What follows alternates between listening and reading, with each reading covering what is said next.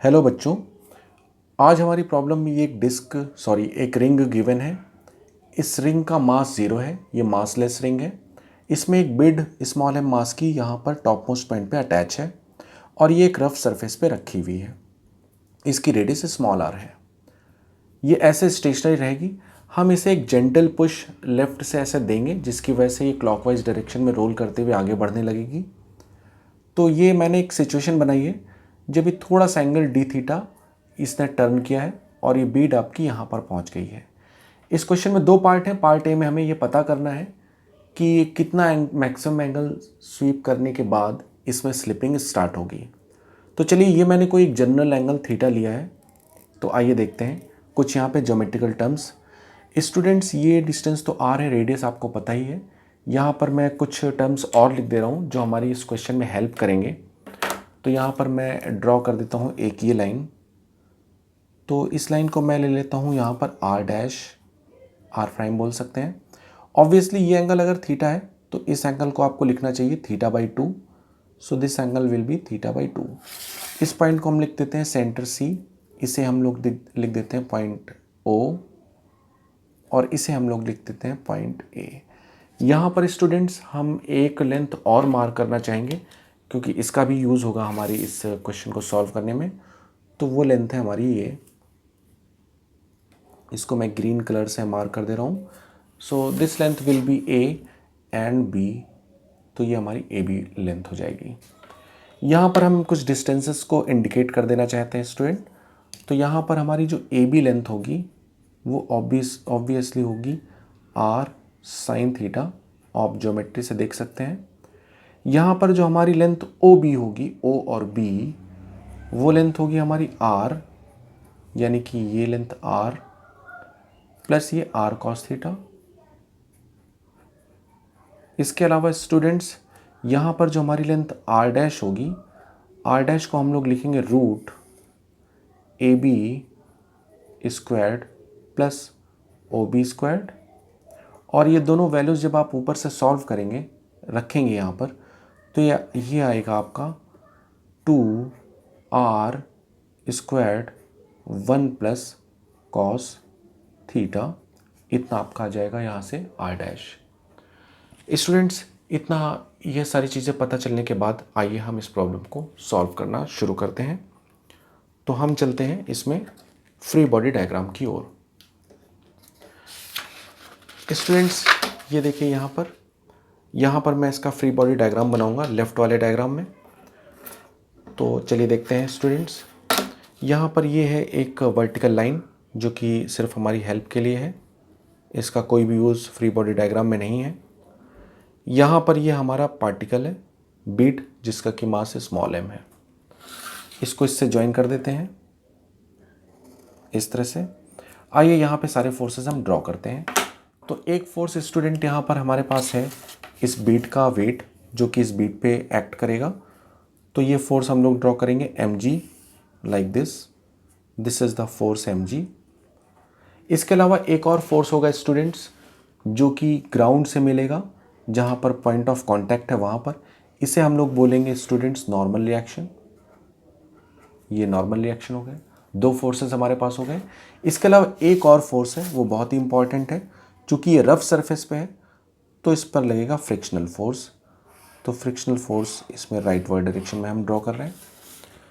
अब क्वेश्चन ये आता है कि ये फ्रिक्शनल फोर्स हमने राइट वर्ड डायरेक्शन में क्यों ड्रॉ किया है।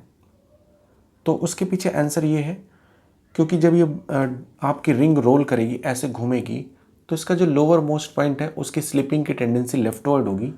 तो उस स्लिपिंग की टेंडेंसी को अपोज करने के लिए इस पे जो फ्रिक्शन लगेगा वो राइट वर्ड डायरेक्शन में लगेगा। इसीलिए हमने फ्रिक्शन राइट वर्ड डायरेक्शन में मार्क किया है। अगला क्वेश्चन ये है कि ये फ्रिक्शन हमारा स्टैटिक होगा या काइनेटिक होगा। तो आंसर है ये स्टैटिक हम ले रहे हैं। ऐसा हम इसलिए इमेजिन कर रहे हैं क्योंकि हम ऐसी सिचुएशंस कंसीडर कर रहे हैं जब डिस्क में स्लिपिंग नहीं हो रही है, यानी कि जब डिस्क रोल कर रही है। और स्टूडेंट्स, हमें पता है कि जब डिस्क रोल करती है तो उसका जो पॉइंट ऑफ कांटेक्ट होता है वहाँ पे कोई भी स्लिपिंग नहीं होती है। इसलिए उस फ्रिक्शन को काइनेटिक नहीं लेना चाहिए, स्टैटिक ही लेना चाहिए। यानी कि हमारे पास तीन फोर्सेज हैं स्टूडेंट। नंबर 1 इसका weight M G, number 2 frictional force, और नंबर 3 इस पर लगने वाला नॉर्मल रिएक्शन। ये पॉइंट हमने अभी थोड़ी देर पहले ओ मार्क किया था और ये हमारा पॉइंट सी था। आइए हम लोग स्टूडेंट इसको आगे सॉल्व करते हैं। हम यहाँ पर इसके लिए टॉर्क की इक्वेशन लिखेंगे। तो हम लोग एक इक्वेशन अप्लाई करने जा रहे हैं, वो है इक्वेशन है हमारी tau net is equal to I alpha. हम इस पे ये इक्वेशन अप्लाई करने जा रहे हैं। ये इक्वेशन हम पॉइंट ओ के अबाउट अप्लाई करेंगे। तो this is tau net about O which is equal to I moment of inertia about O into angular acceleration alpha.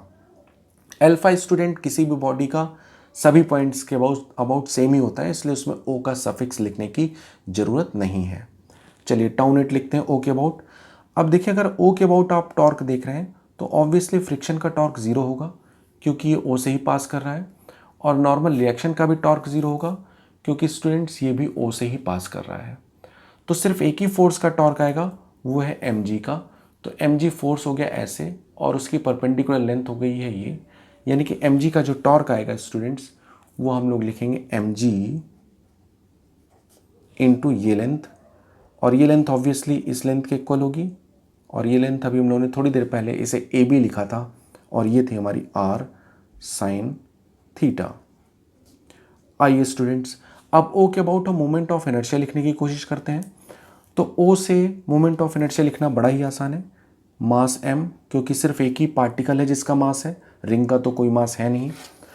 तो मोमेंट ऑफ इनर्शिया लिखने के लिए हमें बस उसी पार्टिकल का मास लिखना पड़ेगा, और ओ से जो उसकी परपेंडिकुलर डिस्टेंस है उसका स्क्वायर हमें लिखना पड़ेगा। तो यानी हमें इस डिस्टेंस का स्क्वायर लिखना पड़ेगा, और ऑब्वियसली ये हमने आर डैश डिस्टेंस एज्यूम की है, तो यहाँ पर हम आर डैश स्क्वायर लिख देंगे इस तरह से, और ये है एंगुलर एक्सेलरेशन अल्फा। यहाँ पर हम इसे सिंप्लीफाई कर देंगे, ये हमारा हो जाएगा M G R sine theta को हम स्प्लिट करके लिख देंगे 2 साइन थीटा बाई 2 और कॉस थीटा बाई 2, और इसी तरह हम इसे यहाँ पर लिख देंगे एम आर डैश स्क्वायर की जगह हम लोग लिख देंगे 2 R square 1 plus cos theta, और यहाँ पर आ जाएगा अल्फा। ये एम गेट कैंसल्ड हो जाएगा, G R 2 sine theta by 2 into cos theta by 2, और यहाँ पर हो जाएगा 2 are squared 1 plus cos theta को स्टूडेंट्स आप बड़े ही सिंपली लिख सकते हैं 2 कॉस स्क्वायर थीटा बाई 2, तो इसे हम 2 कॉस स्क्वायर थीटा बाई 2 लिख देते हैं इंटू अल्फा।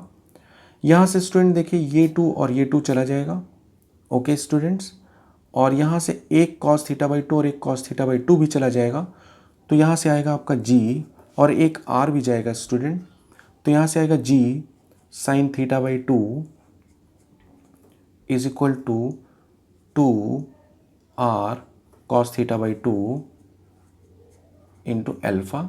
यहाँ से अगर आप अल्फा की वैल्यू लिखना चाहें तो अल्फा की वैल्यू आ जाएगी G by 2 R tan theta by 2। ये रिलेशन हमारे लिए बड़ा ही काम का है, तो इसे हम इक्वेशन नंबर 1 नाम दे देते हैं, और इसके बाद हम लोग आगे चलते हैं। आगे स्टूडेंट्स हम लोग इसी में ही 2 इक्वेशंस और बनाएंगे। वो इक्वेशन होगी इसके ट्रांसलेशन मोशन के लिए। तो ट्रांसलेशन मोशन की इक्वेशन बनाने के लिए हम यहाँ पर अपनी एक्सेस डिसाइड कर लेते हैं। तो ये एक्सेस हो जाएगी हमारी एक्स एक्सेस और ये एक्सेस हो जाएगी हमारी वाई एक्सेस। तो इन दोनों डायरेक्शन में भी हम इक्वेशंस लिखेंगे। This is our X axes and this is our Y access.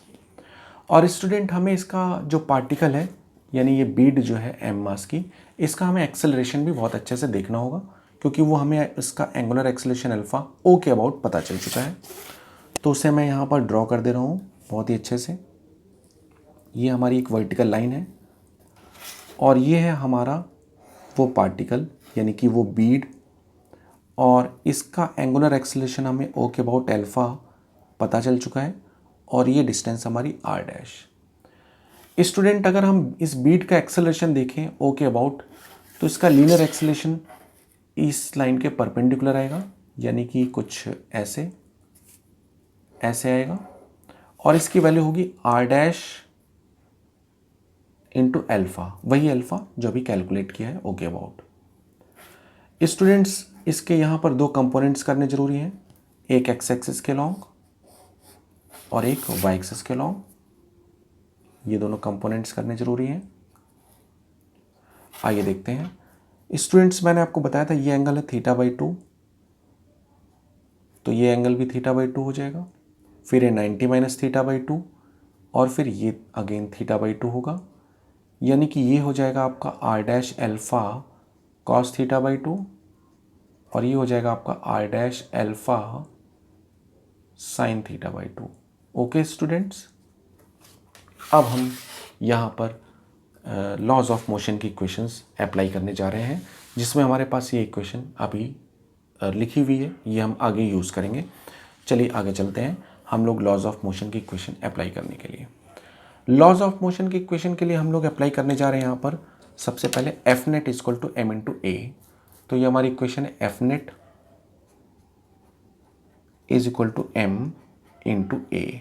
ये इक्वेशन हम वाई डायरेक्शन में अप्लाई करेंगे, इसलिए हम यहाँ पे वाई वाई लिख देते हैं। इस इक्वेशन का मतलब है net force along the Y axis is equal to mass into acceleration of centre of mass along Y axis.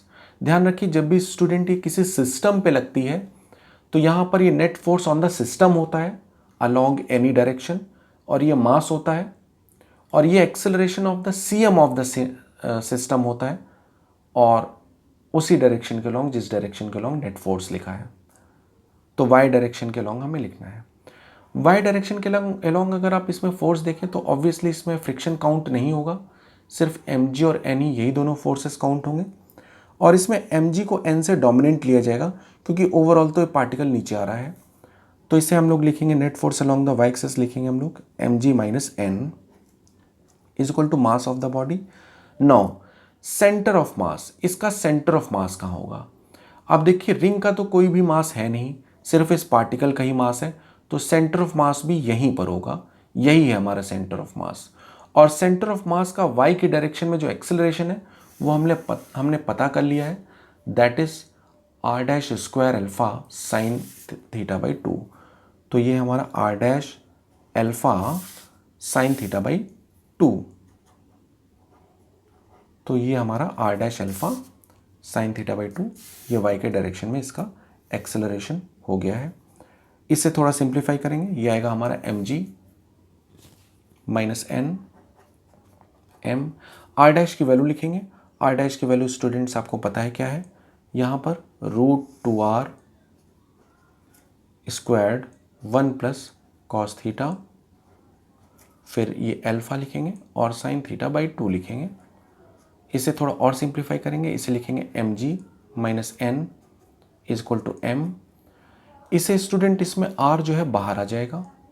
अब देखिए स्टूडेंट 2 है और यहाँ पे 1 प्लस कॉस थीटा को हम लोग लिख सकते हैं 2 कॉस स्क्वायर θ/2। इसे पूरे को लिख सकते हैं 2 कॉस स्क्वायर θ/2। एक 2 पहले से है और एक 2 यहाँ से आएगा, तो यानी कि इससे भी 2 बाहर आ जाएगा, और जो कॉस स्क्वायर θ/2 है उसका कॉस θ/2 बाहर आ जाएगा। ऐसे अल्फा की वैल्यू स्टूडेंट्स हम कैलकुलेट कर चुके हैं, g/2r tan θ/2, तो इसकी जगह हम लिख देंगे g/2r tan θ/2, ये हमने अल्फा भी लिख दिया, और साइन θ/2 ये हमारा आ जाएगा। अब देखिए ये 2r और 2r यहाँ से कैंसिल हो जाएगा, तो यहाँ से आपको मिलेगा M G minus N is equal to m2। यहाँ पर स्टूडेंट tan θ/2 को लिख सकते हैं sin θ/2 बाई कॉस θ/2, और वो कॉस θ/2 और ये कॉस θ/2 कैंसिल हो जाएगा, तो यहाँ से आपको मिलेगा g साइन स्क्वायर θ/2, ऐसा मिलेगा स्टूडेंट। और ये 2 भी कैंसिल हो गया था, इस नीचे वाले 2 से गलती से लिखा हुआ, ये 2 यहाँ पर नहीं है, तो यहाँ से n आपका आ जाएगा एम जी माइनस एम जी साइन स्क्वायर θ/2। इसमें एम जी कॉमन लेंगे तो ये बचेगा 1 माइनस साइन स्क्वायर बाई θ/2, जिससे हम लिख सकते हैं कॉस स्क्वायर θ/2। ये हमारा नॉर्मल रिएक्शन आ गया, ये हमारा रिजल्ट 2 है। स्टूडेंट रिजल्ट ना ही रिजल्ट 2 हमसे पूछा गया था और ना ही ये जो हमने रिजल्ट 1 फाइंड आउट किया था ये भी हमसे पूछा गया था। हमसे तो कुछ और ही पूछा गया है, लेकिन ये रिजल्ट्स एक्चुअली उस रिजल्ट को फाइंड आउट करने में हेल्प करेंगे।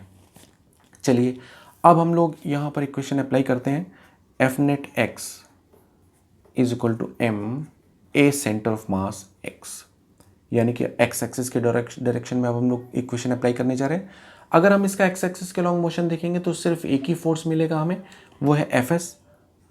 तो हम लिख देंगे इसे एफ एस, बॉडी का मास m, और बॉडी का जो सेंटर ऑफ मास है वो ऑब्वियसली यही पार्टिकल है, और उस सेंटर ऑफ मास का x के डायरेक्शन में जो एक्सेलरेशन है वो हो जाएगा r dash alpha cos theta by 2। So this is r dash alpha cos theta by 2। आइए स्टूडेंट्स अब इसे हम लोग सॉल्व करते हैं। ये कितना आएगा ये देखते हैं। तो यहाँ से एफ एस आएगा हमारा m, r डैश की वैल्यू अगर हम लोग डालेंगे तो r डैश की वैल्यू यहाँ पर आ जाएगी। r डैश की वैल्यू ये हम लोगों ने डाली थी, और इसको सिंप्लीफाई करके जो लिखा था वो हम लोग लिखेंगे डायरेक्टली। तो इसको सिंप्लीफाई करने पे आता है 2r cos थीटा बाई 2। ये r डैश की वैल्यू डाल दी हमने। अल्फा की वैल्यू डालेंगे, अल्फा की वैल्यू है g by 2r tan theta by 2, और यहाँ से हम लोग डाल देंगे इसके बाद cos थीटा बाई 2 लिख देंगे, जो कि लिखा हुआ है फॉर्मूले में। अब ये 2r और ये 2r कैंसिल हो जाएगा, तो यहाँ से फ्रिक्शन का वैल्यू आ जाएगा mg। यहाँ पर आएगा स्टूडेंट्स tan थीटा को हम लोग लिखेंगे sin theta by cos theta, sin theta by 2 by cos theta by 2। तो यहाँ पर एक आएगा sin थीटा बाई 2, और इसके नीचे का एक cos थीटा बाई 2 इससे कैंसिल हो जाएगा, यानी कि एक cos थीटा बाई 2 बचेगा। ये हमारा आ जाएगा स्टूडेंट एफ एस का वैल्यू। ये हमारा रिजल्ट 3 हो गया। ये 3 रिजल्ट जो हमने फाइंड आउट किए हैं ये हमारी पूरी प्रॉब्लम को सॉल्व करने में हमारी हेल्प करेंगे। अब हमारे रिजल्ट्स, हमारे आंसर्स अब आने शुरू होंगे। स्टूडेंट एक बहुत ऑब्वियस सी कंडीशन है कि अगर आप स्लिपिंग नहीं चाहते हो, अगर आप चाहते हो कि स्लिपिंग ना हो, तो उसके लिए फिर आपको ये लिखना चाहिए। ठीक है, तो यहाँ पर हम एफ एस की वैल्यू ऊपर से डाल देते हैं, m ji sine theta by 2 cos theta by 2। Student मैं आपको अगेन रिमेंबर करा देता हूँ, ये क्वेश्चन हमने इसलिए लिखी है क्योंकि हम स्लिपिंग नहीं चाहते हैं, क्योंकि हमें वो एंगल स्वेप्ट तब बताना है, जो angle swept by the ring है वो तब तक बताना है जब तक कि रिंग स्लिप ना करे, इसलिए हमने ये कंडीशन लिखी है।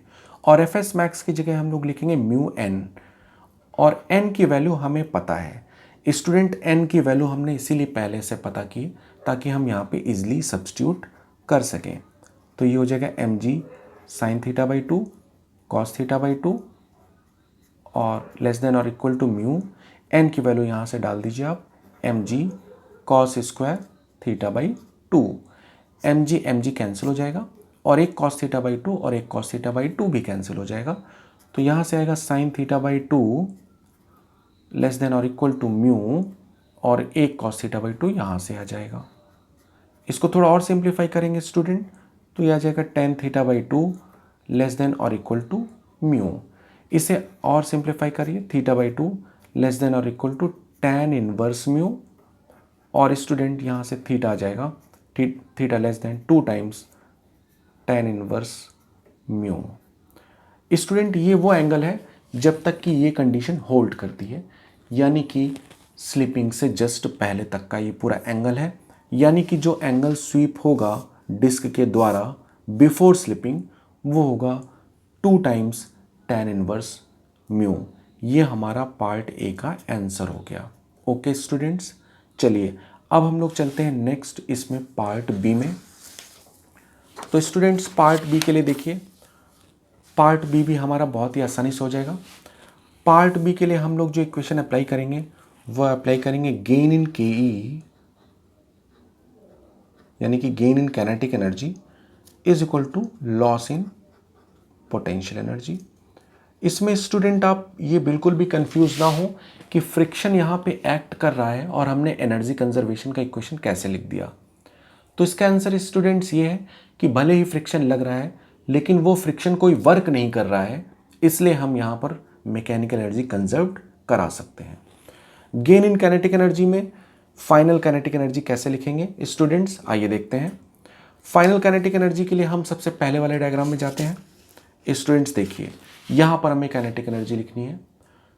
तो यहाँ पर काइनेटिक एनर्जी में स्टूडेंट्स आप ये देखो सबसे पहले कि सिर्फ आपका ये जो मास है यही एक मास है पूरे सिस्टम में, रिंग का कोई भी मास नहीं है, और यही एक मास मूव कर रहा है, और इस मास की एंगुलर वेलोसिटी लेट से इसके अबाउट ओमेगा है, omega is the angular velocity, assume कर लीजिए।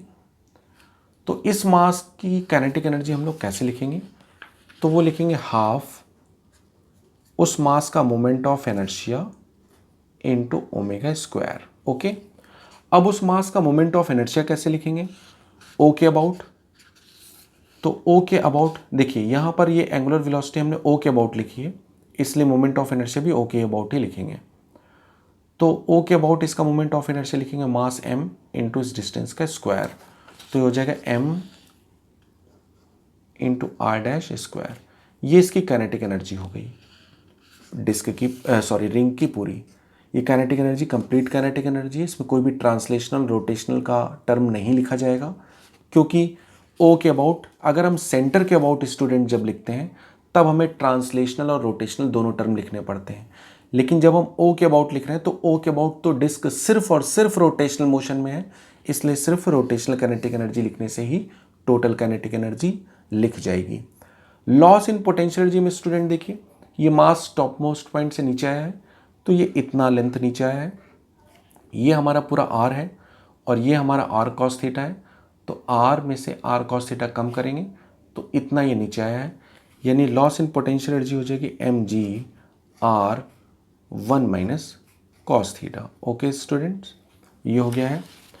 चलिए अब हम लिखते हैं इसे एम एम गेट कैंसल्ड, यहाँ पर ये हो जाएगा हाफ आर डैश स्क्वायर की जगह हम लोग स्टूडेंट्स यहाँ पर लिख देंगे, आर डैश की बहुत ही सिंपल वैल्यू है 2 are squared 1 plus cos theta omega squared is equal to g r 1 minus cos theta.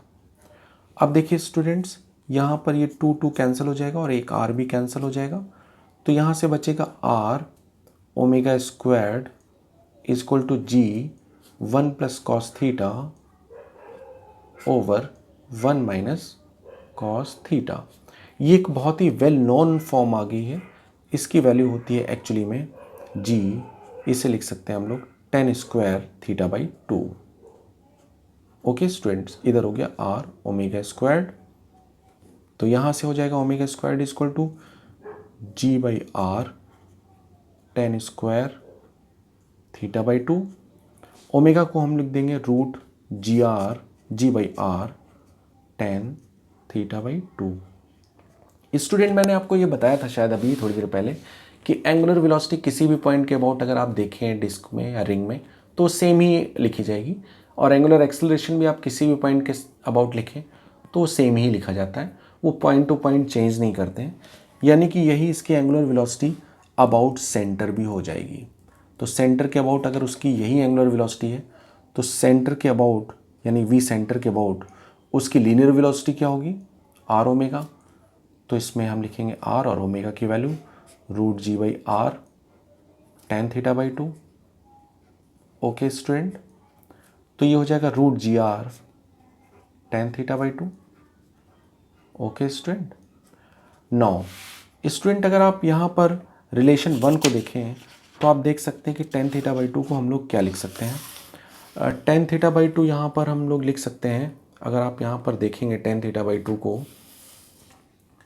तो tan थीटा बाई 2 की वैल्यू लिखी जा सकती है इस रिलेशन में नहीं, हाँ यहाँ पर रिलेशन है। tan थीटा बाई 2 को आप लिख सकते हैं म्यू, लेकिन म्यू आप तब लिख सकते हैं जब वो सिचुएशन आ गई हो जब डिस्क स्लिप करने लगी हो, और हमसे आंसर में भी यही क्वेश्चन में भी यही पूछा गया है कि जब डिस्क स्लिप करने वाली हो, जस्ट स्लिप करने वाली हो, उस वक्त उसके सेंटर का वेलोसिटी बताएं। तो उस वक्त actually tan theta by 2 mu के इक्वल हो जाता है, तो उस वक्त म्यू tan थीटा बाई 2 को हम लोग म्यू लिख देंगे, तो ये हमारा आ जाएगा सेकेंड पार्ट। ये हमारा पार्ट बी भी हो गया स्टूडेंट। तो इस तरह से हमारा ये पूरा प्रॉब्लम सॉल्व हो गया है। इस प्रॉब्लम को आप वापस से देख सकते हैं पॉज करके, कहाँ मैंने कैसे इसमें वैल्यूज़ फाइंड आउट की हैं। आशा करता हूँ आपको ये पसंद आया होगा। इस वीडियो को लाइक करना मत भूलिएगा। Thank you.